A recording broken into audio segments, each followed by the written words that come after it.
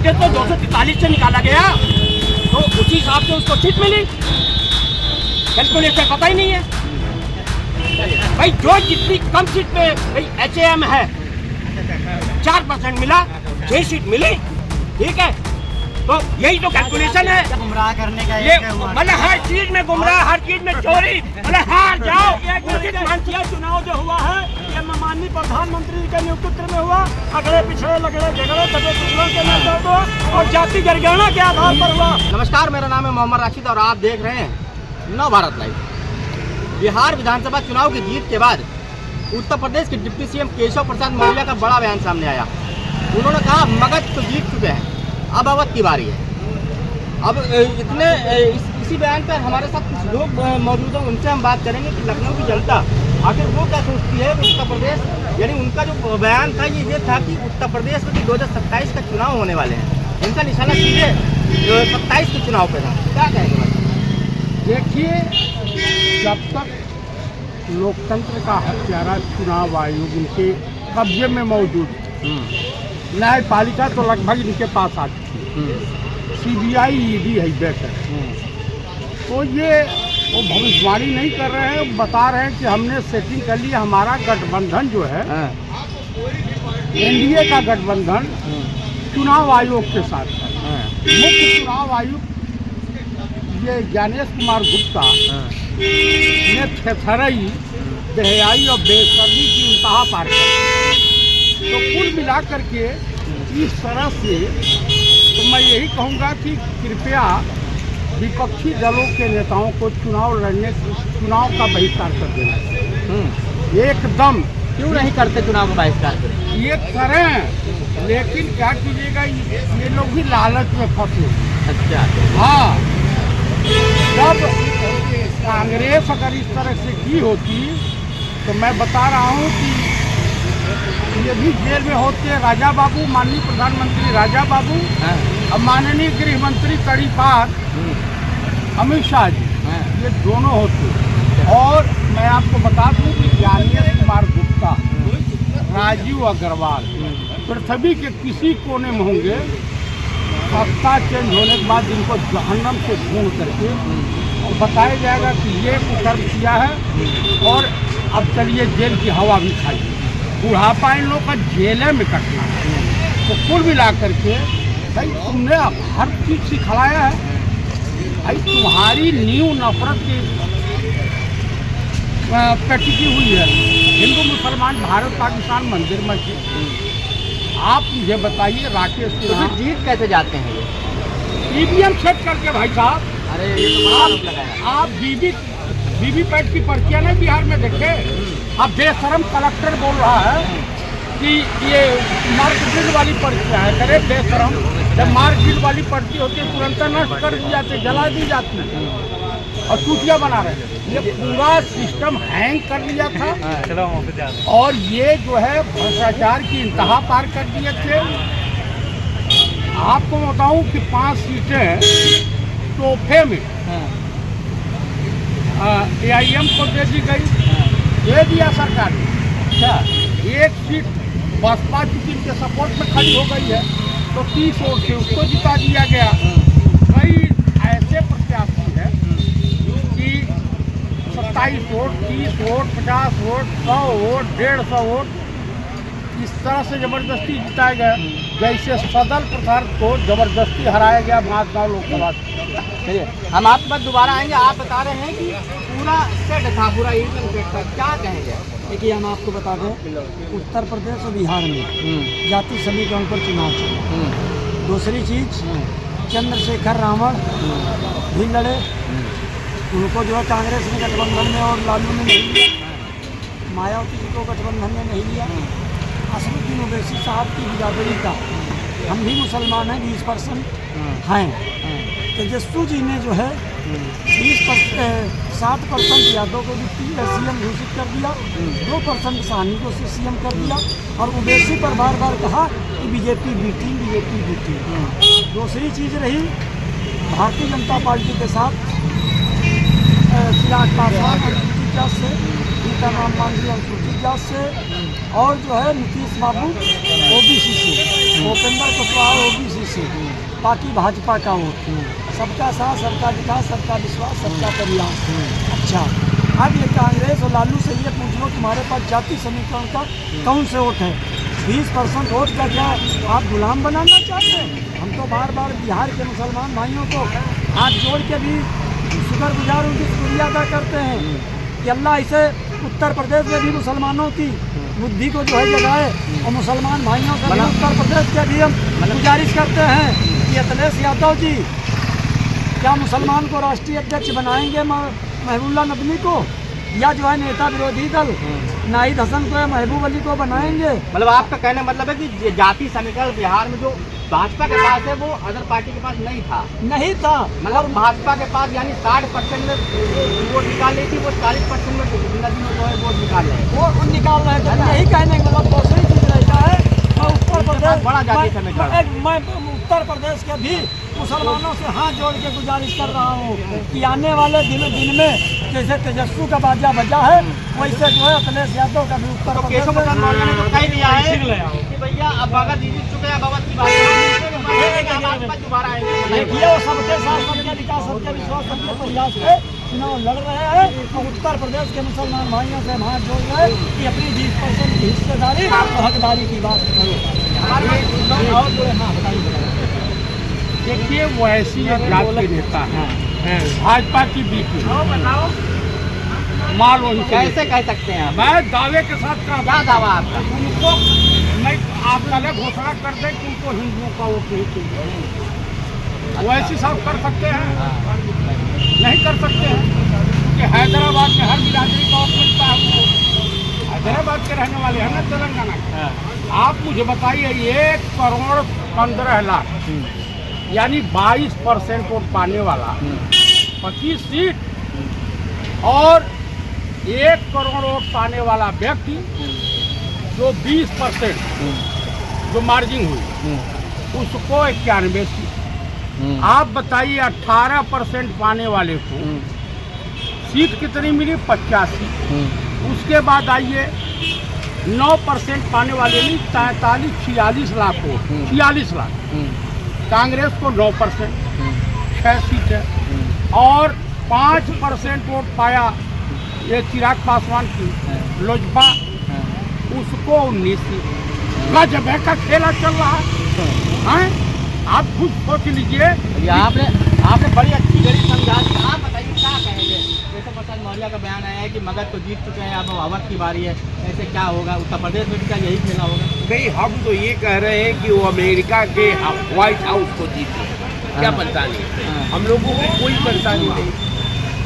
जब प्रधानमंत्री अपने चुनावी जनसभा में कट्टा का बात करता हो, बंदूक की बात करता हो, गोली की बात करता हो, बम की बात करता हो, तो अब तो समझ में आ जाना चाहिए कि ये भारतीय जनता पार्टी का न्यू भारत, न्यू इंडिया का पैरा और प्रारूप क्या है, ये तो अब देश को समझने की जरूरत है।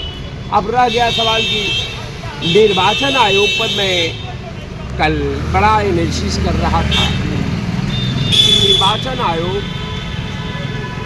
बिहार में सबसे ज़्यादा वोट राष्ट्रीय जनता दल को मिला, 1.7 लाख वोट जो है राष्ट्रीय जनता दल को मिला। सीट कितना पाती है? 25। निष्पक्षता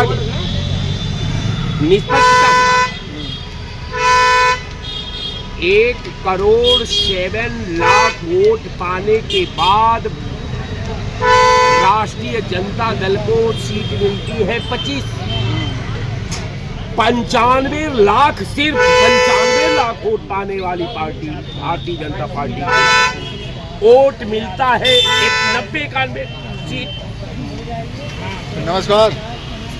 90 लाख वोट पाने वाले नीतीश की पार्टी को 80 सीट मिलती है। 5% वोट पाने वाली लोजपा को 19 सीट मिलती है। 8.3% वोट पाने वाली कांग्रेस को 6 सीट मिलती है। ये निर्वाचन आयोग का डाटा है, ये मेरा कोई डाटा नहीं। अब रह गया सवाल कि मैं बार बार करता हूं कि जब देश का बड़ा मुस्तकबिल चुनावी जनसभा में अपनी योजना को न बता करके अगर कट्टा गोली बम की बात करता है तो ये मान लेना चाहिए कि ये देश अराजकता के हवाले हो चुका है। यहाँ सब सिस्टम फेल हो चुके हैं। कारण ये है कि जब उदंडता पैदा होगी तो समाज में उदंडता अराजकता का शक्ल देती है। आज जब अराजकता का शक्ल देती है तो विधा तार तार होती है। निश्चित तौर पर ये हिंदुस्तान को अराजकता के हवाले देना चाहते हैं। अब मैं एक लाइन में अपना बात समाप्त करता हूं आपके चैनल से कि दुनिया का कोई ऐसा भी प्रधानमंत्री बता दीजिए। वैसे मैं विश्व गुरु तो उसी दिन मान गया इनको कि विश्व में के इतिहास को आप खंगाल डालिए। भारत का पहला प्रधानमंत्री आदरणीय मोदी जी हैं, जो अमेरिका की दहलीज पर खड़ा होकर के अमेरिका का राष्ट्रपति के लिए वोट मांगा। ये विश्व में कोई ऐसा राष्ट्राध्यक्ष नहीं है। ये कौन नेता है? मोदी जी। किसको मांगते हैं वोट? ट्रंप के लिए।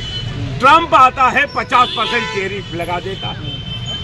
ट्रंप इनसे कहता है कि हमला करो, अब वो जब चाहता है तो हमला अपने घोषणा करके बंद खत्म करा देता है। लेकिन जो कार्यकर्ता है भाजपा के वो जनता नहीं करेगी। मुख्यमंत्री योगी आदित्यनाथ के वहाँ पर जनसभाएं हुई है, इसी कारण भारतीय जनता पार्टी बिल्कुल साहब, बिल्कुल साहब, ये जनता कभी मुगलों के साथ नहीं खड़ी।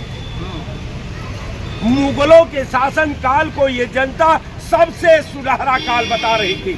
यही जनता अंग्रेजों के शासन काल में अंग्रेजों को क्लीन चिट दे रही थी, अंग्रेजों को महिमा मंडित कर रही थी। यही जनता आज भारतीय जनता पार्टी को महिमा मंडित कर रही है। तो मुझे इस पे बहुत गुरेज नहीं है। आप करते रहो, लेकिन एक बात को जान लेना कि ये राजनीतिक पैदा है। जो समय बीत जाता है वो समय कल आपको वापस नहीं मिलने वाला है।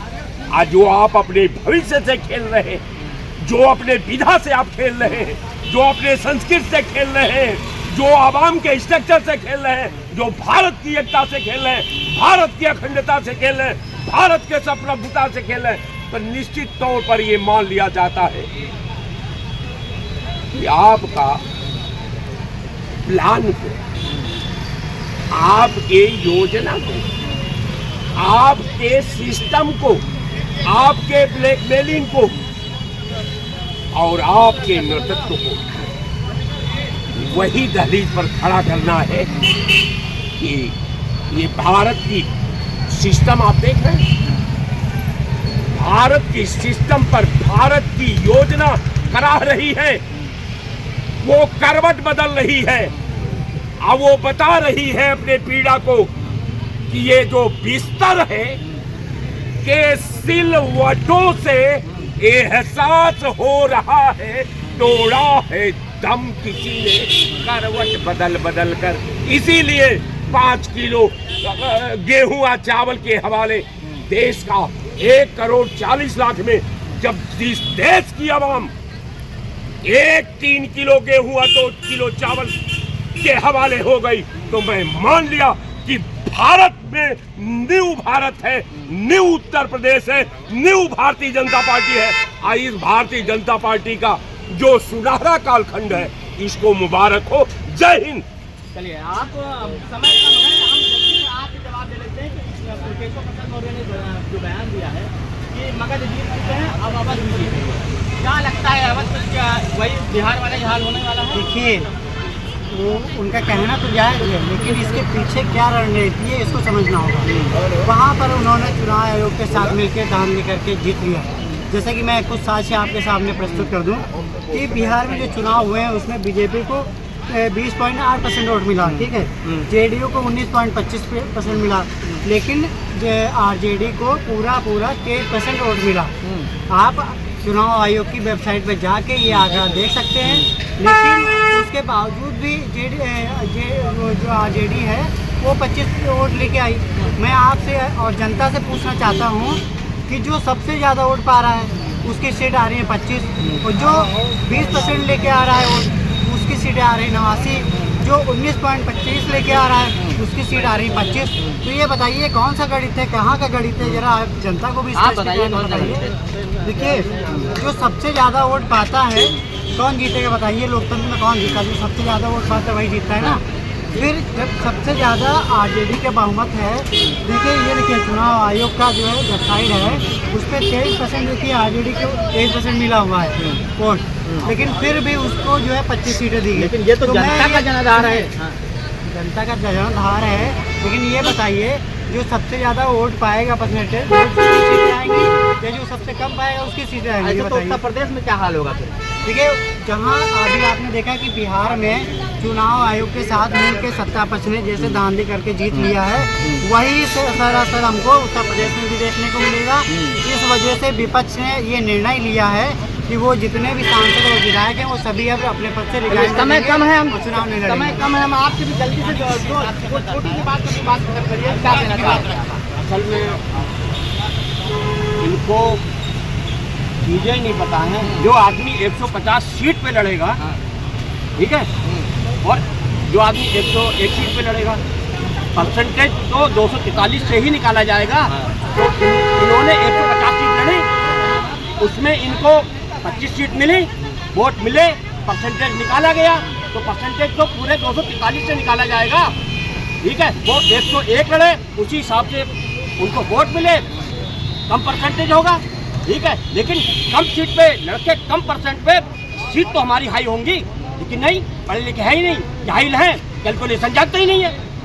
अरे तेजस्वी केवल 29 सीट पे लड़ा, जो भी उसको परसेंटेज 7%, 8% मिला हो, लेकिन वो केवल इतने सीट पे तो लड़ा, तो परसेंटेज तो 243 से निकाला गया, तो उसी हिसाब से उसको सीट मिली, कैलकुलेशन पता ही नहीं है भाई। जो जितनी कम सीट पे भाई HAM है 4% मिला, 6 सीट मिली, ठीक है, तो यही तो कैलकुलेशन है, क्या जवाब देंगे भैया? क्या जवाब ठीक है। देखिए, लेकिन जानेंगे कुछ नहीं, जनता को गुमराह करने का ये एक हुआ। मतलब हर चीज में गुमराह, हर चीज में चोरी, मतलब हार जाओ।